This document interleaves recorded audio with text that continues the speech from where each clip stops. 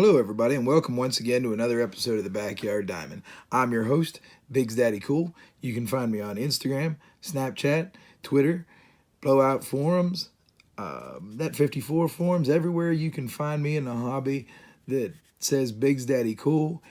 That's right, it's me, it's that B-I-double-G. You can hear my voice is a little roughed up this week, if you will. You'll notice those on the YouTube can notice that the camera is turned around the other way and you're not looking at me. It's because I've got a few cards I want to review. My voice, I've kind of coughed myself silly earlier in the week, so my voice is a little grainy at best. So we're going to try and get through this one, try and get an episode out for this evening. I did miss an episode on Wednesday night. This is the episode I wanted to do Wednesday for the YouTube channel, and of course Thursday morning for the podcast. So I apologize for missing that episode, but my voice is coming back along. What I want to do today is I've got we're about 3 weeks in to Flagship 2019 Series 1 Tops, and I want to review a couple boxes. I got a couple hobby boxes. I want to show you some of the hits, some of the things to look out for, some of the things that you can easily overpass. It's very simple to do that this year, and talk about some of the design aspects.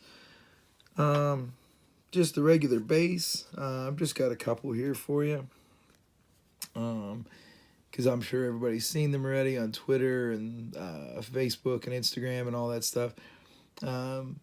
Two borders on the card this year. Everybody complaining about the borderless cards. I really like the front of the card. It's very clean. It's a good size picture. Some people complaining, you'll notice that the last name comes first and then the first name is underneath it. I like that. How many times in sports do we refer to somebody as Harper or Posey or whatever, Machado, right? We call everybody by their last name in sports. I love it. I think it's awesome. I think it's different. Little small print at the bottom for your logo and your team name and all that stuff.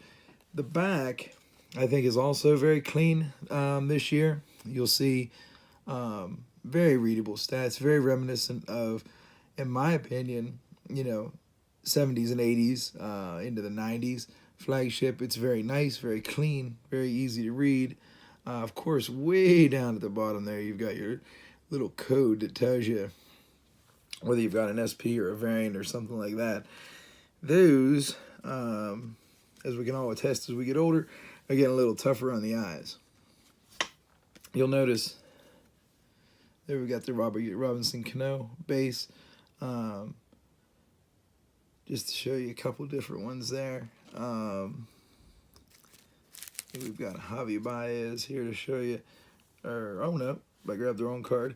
Oh no, there it is, Javi Baez. As far as the horizontal cards, some people have trouble with horizontal cards. I like them. I think they're awesome.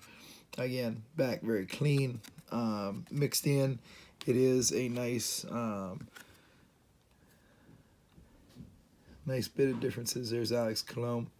A lot of nice differences there. What you'll see now, I've got a couple of things for you to look out for. This card is Brad Keller. You'll notice it looks very similar, right? When you look over on the back, though, it is numbered to 150. That card, you'll notice if you had it in hand, is really, honestly, it's very, very hard to tell. It is a glossy stock to the card on the front. Compared to the regular base card, it is, swear to you, really not a whole lot of difference, and I don't even know if you can see a very, very slight difference. But there's the glossies. Those you can gloss over quite easily. I've got another one here of Brian McCann. Also, really no difference in the card itself. If you flip it over on the other side, you will see it is numbered to 150. Very, very tough to see. That's one of the variants this year. Every box promises a relic or an autograph. I got a couple relics. You'll see the Anthony Rizzo 84 design relic, a little bit thicker cardstock. Of course, 84 design. Where's the other one? I got one extra one here, an Andrew Benintendi relic, as far as kind of like your base. Both of them, neither one really exciting. I don't know that anybody gets really excited over relics anymore, especially if they're not numbered or autographed. Of course, they brought back the Home Run Challenge cards this year. I got very lucky and got Juan Soto. Some of the interesting little cards that I wish they'd almost do away with. What do you need an insert card of? Gloves. I mean, nobody gets really excited about those. I think they all end up in the junk heaps. The 150 cards this year. It is nice to see some of the old stars of the game and some of the new stars when they talk about the greatest seasons, greatest moments, those sort of things. And of course, as a Pirates fan, you always like to see any homage to the Bucks, like you'll see here with the Bill Mazeroski moment. But these 150 cards, greatest seasons, greatest moments, not a big fan of those as far as an insert. Just a sampling of those. This is another one I'm not really fond of as far as making it an insert. This is the quote-unquote advertisement for the Topps Now cards. Basically, it shows you one of the Topps Now cards from this year on top of a Topps Now design, and then on the back, realistically, all it is an advertisement for Topps Now. Kind of lazy, to be honest with you. I think those are very lazy cards, and I think all it is a advertisement for Topps Now, and they are numbered. It is a subset. Not really happy with those. I was lucky to get Trout and Ohtani, and who else was that? A couple good ones, though, anyways, as far as, quote, good those go. I don't know. They're not going to be worth anything going forward. Anybody wants them, I'd be curious to know why you collect them. These are only one per box, the Topps Greatest Moments, on average. I did get Mookie Betts and Ricky Henderson in this one, and I only got one. I didn't get one in each box, so they're on average about one per box. These are kind of nice to introduce some of the newer collectors to some of the older cards if you're not familiar with the vintage. It's not really a reprint per se, because on the back it's an iconic card, so it's a card of the card, not meant to be a reprint per se, but the back tells you about that specific card. Those are pretty cool, because not only do they bring out some of the old Topps cards, you'll see the Hank Aaron rookie card here, but you'll see a Lou Gehrig card from Gowdy, I believe that one was. Yep. And it tells a little story about Gowdy Gum on the back, and all that. One of the more common inserts this year is the 35th anniversary of the 84 Topps card design. You'll see here Will Myers in the classic 84 design. Showed this to a fellow collector who collected back in that period. He was very excited to see those with some of the modern stars. See, of course, it has the glossy tint, and it doesn't have the, it has the white card paper stock, not the vintage 84 paper stock. There you see Reese Hoskins, Chris Davis. I've got quite a few of those. Don't want to get too into all of them, but we have Vlad Guerrero as well, which is the original Vlad, not Junior. Ivan Rodriguez. Some pretty cool little, there's quite a few of those out of the two boxes, so I won't bore you with all those. Do have, of course, as pretty much in every flagship series, the rainbow cards. I got about 3-4 of those. out of 2 boxes. I got 3 or 4 of them. So you'll see Jake Lamb there, Steven Souza or Souza Jr., whatever you prefer. The rainbow, Adam Engel in the rainbow tint. That's a good picture. I almost thought that was a short print when I first saw the base card with him jumping. And the Rick Porcello. Pretty common as well are the gold. In the hobby, I've got like 8 of these. So I'll just go through a few of them. The gold and the gold parallel this year and the camo look very similar. As I was lucky enough to get a camo, you'll notice the numbering on the back. As within previous years, they're now numbered up to 2019. So as time goes on, obviously you see we get one more gold card every year. So that means Topps has to increase production, right? You see there's Yelich, Jay Bruce, Byron Buxton. Nobody out of the park per se, but they're a nice parallel. I think they look good. I think they could have made the gold a little more stand out as compared to the camo. Let me find the camo that I got here. Where did I put that? And there you will see the camo card of Christian Yelich. That is where I'm talking about the confusing look between the gold and the camo. I actually skipped over the camo the first time I saw it.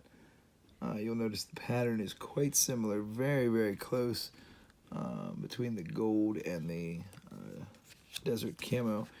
The camo, you'll notice, is numbered to 25. So I got pretty lucky there. While we're on to the shorter printed ones, I did get a Juan Soto pink, Mother's Day pink. You'll notice there. And those on the back, you'll notice, are numbered to 50.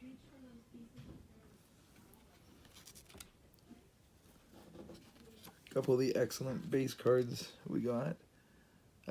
Juan Soto.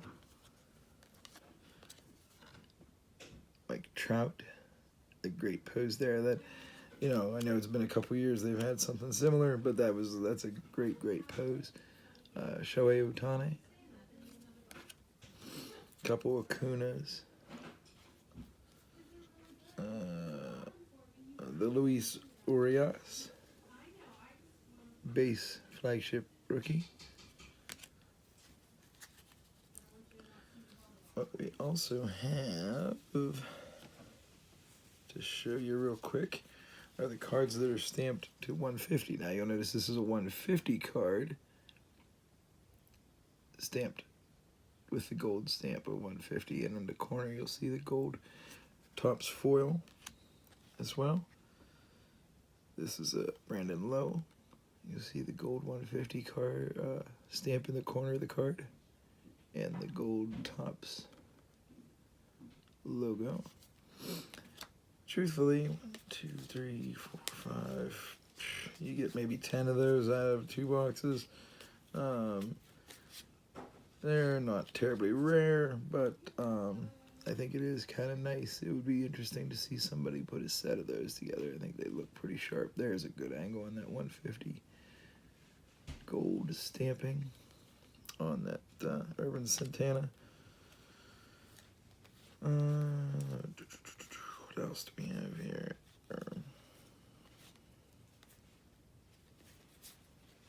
A couple more base cards to show you. They do have the dual player cards, like the Shohei Ohtani and the Jose Altuve. And this one, I believe it is. Or no, who is that? That's not Altuve.